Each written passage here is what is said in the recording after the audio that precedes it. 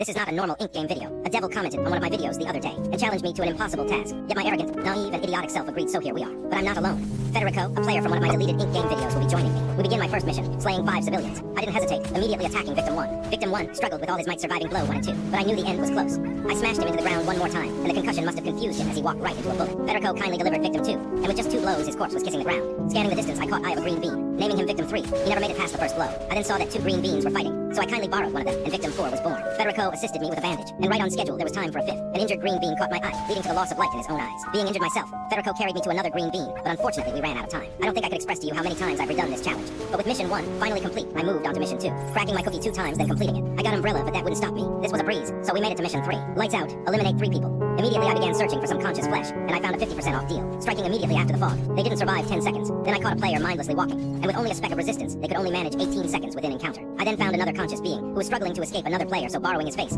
I planted a fork in it. However, it's not like I could give back what I borrowed, so instead, I forced my fork into the other guy's neck. But ironically, it seems I borrowed his neck from another conscious meatball, so I chased him down, so I wouldn't owe him a favor either. We're not at the end though, as my ally Federico got caught in a black flash by Naruto. He showed more resistance than the others, but the combo was too strong for him to resist, so he too faced death, completing mission 3 with more than necessary results. As smooth sailing as it's been so far, there was a big obstacle in our way, the voting part. I desperately shouted to sway the votes, but it was 4-3, and 1 vote for O could ruin this whole game, as mission 4 was hide and seek. I could not afford a tug of war game right now, but turns out the final vote was actually Federico, so we moved on to hide and seek. This mission had 2 pathways, seeker route and hider route. I got hider, but surprisingly, the devil had niced me, saying all I had to do was survive. But strangely enough, my heart didn't think this was enough. I had taunted a seeker, and 2 began to chase me, but this was all a part of my plan. First dodge, second dodge, I grabbed the knife, and I had successfully sent a seeker to their death. However, I had noticed the other seeker had purposefully dodged my 3rd dodge, so I decided it was best not to try that method on him. I ran, he caught me, I ran back. I knew that if he could catch me, I couldn't get away, so I fought. But leading to failure, I did my best to run, but I was caught. On the brink of death, I managed to escape him, completing mission 4. Mission 5 was the simplest of the missions, just being survival. But once I had completed mission 5, I had made it to the hardest mission, which took my life at least 10 times during my attempts at this challenge.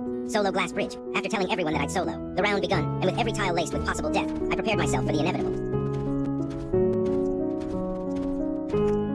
Yet this time it was different. I was ecstatic. With this opportunity given to me, I was determined to win. I had passed all the challenges set by this devil, and we moved to mingle. With 4 people remaining, I knew, as long as I protected Federico, we could survive. Staying on high alert, I crushed any attempt of murder, and we made it. I was shitting bricks at this point. I knew I couldn't fail this now. So we moved to Sky Squid Game. The game begun, and I immediately took the pole. Green Bean tried attacking, but I didn't make it this far to die to a green bean, so dodging his attacks, I swung the green golf ball straight off the edge. I soon noticed Federico was low, and shouted for a ceasefire. I lied, saying to save Federico for the next tower, and it seemed to work. Starting the round on the next tower, I immediately took the pole, and with the enemy hyper-focused on Federico, I sent him to his death. But now it was me, and Federico. But this final was different than the other finals. Federico positioned himself on the edge. All I could do was think, and despair that only one of us could make it out, despite the amount of time we spent completing this challenge together.